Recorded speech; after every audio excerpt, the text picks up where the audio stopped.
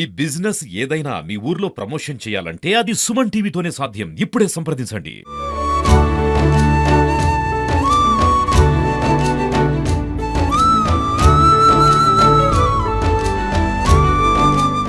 నమస్కారం. శ్రీ ప్రసన్నాంజనేయ స్వామి వారి దేవస్థానం సింగరకొండ నందు 3 రోజులుగా హనుమత్ జయంతి ఉత్సవాలు నిర్వహించడం జరుగుతుంది. ఇందులో భాగంగా మొదటి రోజున స్వామివారికి విశేషమైన పూజలు చేస్తూ గణపతి పూజ పుణ్యావచనంతో ఉత్సవాలు ప్రారంభమైనాయి. తర్వాత సాయంత్రం స్వామివారికి గజవాహనం మీదుగా ఉత్సవ ఊరేగింపు కార్యక్రమం నిర్వహించడం జరిగింది. అదేవిధంగా రెండవ రోజున ఉదయం స్వామివారికి విశేషమైనటువంటి అభిషేకం నిర్వహించి దాని తదనంతరం భక్తులకి దర్శనం ఏర్పాట్లు చేయడం జరిగింది.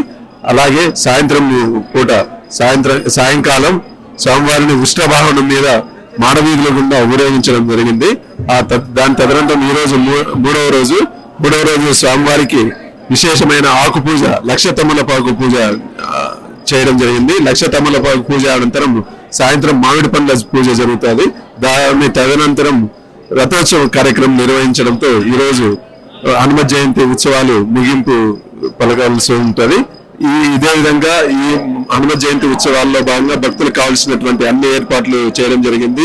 ఉచిత మజ్జిగ పంపిణీ మరియు ఉచిత అన్న ప్రసాదము, అలాగే ఉచిత ప్రసాదం కూడా ఇస్తూ ప్రతి భక్తుడు కూడా ఎటువంటి ఇబ్బందులు లేకుండా మంచి దర్శనం చేసుకుని స్వామివారి కృపా కటాక్షలు పొందేలా వాళ్ళకి కావాల్సిన అన్ని ఏర్పాట్లు చేయడం జరిగింది.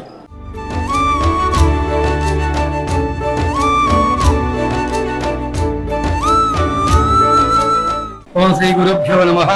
ఓం నమః శంభవే చ మయో భవే చ నమః శంకరాయ చ మయస్కరాయ చ నమః శివాయ శివతరాయ చ. ఈ సింగరకొండ క్షేత్రం ఆంధ్రప్రదేశ్. హనుమంతుడు స్వయంభూ శక్తిగా విరాజులుతూ ఉన్నటువంటి ఒక మహాక్షేత్రము. ఈ హనుమంతుడికి మనని కుంభాభిషేకం కూడా నిర్వర్తించడం జరిగింది. ఆలయ విస్తరణ అభివృద్ధితో పాటు ఎన్నో కార్యక్రమాలు, నిత్యాన్నదాన కార్యక్రమాలు కూడా ఇక్కడ ఉండేటువంటి వాళ్ళు చేపడుతున్నారు. ఇక్కడ విశేషం ఏంటంటే ముఖ్యంగా వైదిక బృందం, అంటే స్వామికి రోజుకి ఎన్నిసార్లు సేవ చేయాలో అన్ని పర్యాయాలు క్రమం తప్పకుండా చేసేటువంటి అర్చక బృందము, అందులో వైదికులు, పండితులు అందరూ కూడా ఇక్కడ స్వామిని ప్రశాంతంగా సేవిస్తూ ప్రశాంత జీవనం గడుపుతున్నారు. ముఖ్యంగా ఈ సింగరకొండ మహాక్షేత్రాన్ని దర్శించే వారిలో విశేషం ఏంటంటే కోపము ఎంత ఉన్నప్పుడు కూడా అది శాంతిస్తుంది అనేది శాస్త్ర ప్రమాణము, వేద పండితుల యొక్క ప్రమాణం కూడా అదే.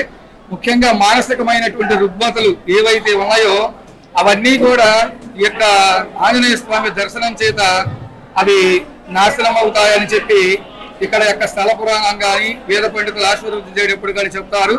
ఐశ్వర్యం మొదలం తేషాం ఆరోగ్యం పుష్టివర్ధనం. అంటే ప్రపంచంలోకి అన్ని ఐశ్వర్యాలలోకి ఐశ్వర్యం ఏమిటంటే ఆరోగ్యంగా ఉండడము. ఆ ఆరోగ్యం అనేటువంటిది ఇక్కడ స్వామి ప్రసాదిస్తాడని ఈ భూతగ్రహ చేష్టలు ఉన్న వాళ్ళు, రుగ్మతలు ఉన్న వాళ్ళు కూడా స్వామికి ఇక్కడ మండల రోజులు క్రమం తప్పకుండా సేవిస్తే ఎంత కఠినమైన జటిలమైన సమస్య కూడా తీరిపోతుందని చెప్పేసి ఇక్కడ స్వానుభవంగా తెలిసేటువంటి విషయము. ముఖ్యంగా ఇక్కడ భక్తులకు ఉన్నవారు, లేనివారు, పేదవారు అనేటువంటి యొక్క తారతమ్యం లేకుండా అందరూ ఈశ్వర దర్శనానికి సమానులు అన్నట్టుగా ఆంజనేయ స్వామి క్షేత్రంలో, ఈ క్షేత్రంలో మాత్రమే కానవచ్చే వైవిధ్యము. ఇక్కడ ఉండేటువంటి యొక్క వైదిక బృందం కానీ, పండితులు కానీ, విప్రవులు కానీ ప్రతి ఒక్కరు కూడా స్వామికి ప్రతి పౌర్ణానికి లక్ష తమలపాకుల పూజ, అమావాస్య గరిడ పండ్ల పూజ చేయడం జరుగుతుంది. దీనికి ఉభయదాతలు ఎవరైనా ఉంటే వారి వారి యొక్క గోత్రనామాలతో చేయించుకునేటువంటి వెసులుబాటు ఉంది.